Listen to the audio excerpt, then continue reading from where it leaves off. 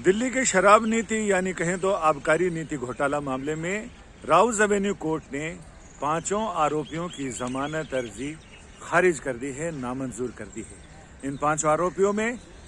अभिषेक बोयिनपल्ली, शरद चंद्र रेड्डी, विजय नायर, विनय बाबू और समीर महेंद्र हैं। इनमें से एक आरोपी जो शुरुआत में आरोपी बनाया गया था, बाद में वो सरकारी गवाह हो गए हैं, दिनेश अरोड़ा। यानी कुल मिलाकर विशेष जज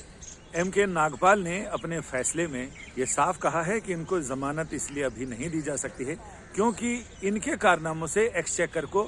बहुत बड़ा नुकसान हुआ है और इनकी जो पुरानी कारगुजारियां हैं उसको देखते हुए अदालत ये नहीं कह सकती कि इन्हें जमानत पर एक दिन के लिए भी बाहर किया जाएगा तो ये नुकसान नहीं पहुंचा सकते हैं। यानी गवाहों को प्रभाव में और दबाव में ले सकते हैं, सबूतों से छेड़छाड़ कर सकते हैं। इन्होंने पहले भी जिस तरह से मोबाइल नंबर बदले थे और तमाम चीज़ों में घपले घोटाले किए थे, उनको देखते हुए ये उचित नहीं होगा कि इनको जमानत पर रिहा किया जाए। आरोपियों के जिन लोगों की जमानत नामंजूर हुई है यानी जमानत अर्जी खारिज हुई है, उनके वकीलों का कहना है कि अदालत ने हमारे बहुत सारे तथ्यों, बहुत सारी दलीलों और बहुत सारे तर्कों और दस्तावेजों पर ध्यान ही नहीं दिया है क्योंकि जो फैसला आया है उस फैसले में अदालत ने सीधे सीधे हमारे तर्कों की अनदेखी करते हुए हम जमानत अर्जी खारिज की है। लिहाजा वो हाई कोर्ट में इस जमानत अर्जी दाखिल करेंगे और निचली अदालत के स्पेशल कोर्ट के इस फैसले को वहां चुनौती देंगे। विशेष अदालत के विशेष जज ने अपने फैसले में कई सारी चीज़ों का उल्लेख किया है, लेकिन आरोपियों के वकीलों का कहना है कि वो इन तमाम चीज़ों पर उन्होंने अपील तैयार कर ली है और वो अपील आज शाम तक या फिर शुक्रवार सुबह तक वो हाई कोर्ट में दाखिल कर देंगे। इनका ये कहना है कि हमारी तमाम दलीलों का अदालत ने संज्ञान नहीं लिया और उस पर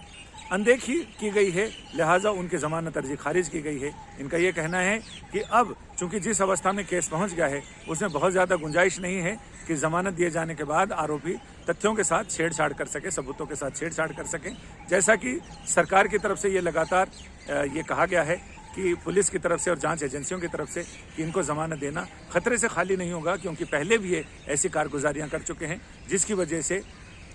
जांच पर असर पड़ सकता है। और जिस मोड़ पर जांच है बहुत संवेदनशील मोड़ पर है, बहुत सारे ऐसे तथ्यों का खुलासा होना है जो दिनेश अरोड़ा और बाकी जांच एजेंसियां अपनी तरफ से चीज़ें हासिल कर रही हैं। उसमें उन्हें देखना होगा कि आखिर किन चीज़ों को तरतीब के साथ कड़ी से कड़ी कैसे मिलाई जाए, लेकिन इनके बाहर आते ही उनमें से कुछ कड़ियाँ मिसिंग हो सकती हैं, यानी कुछ चीज़ों पर ये अपना असर, दबाव और प्रभाव डाल सकते हैं। तो ऐसे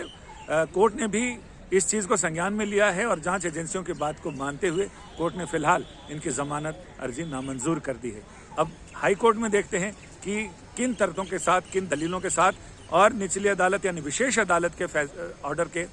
किन बिंदुओं को चैलेंज किया जाता है और किस आधार पर वो ये अपनी बात साबित कर पाते हैं, ये देखना वाकई दिलचस्प होगा। संजय शर्मा, दिल्ली।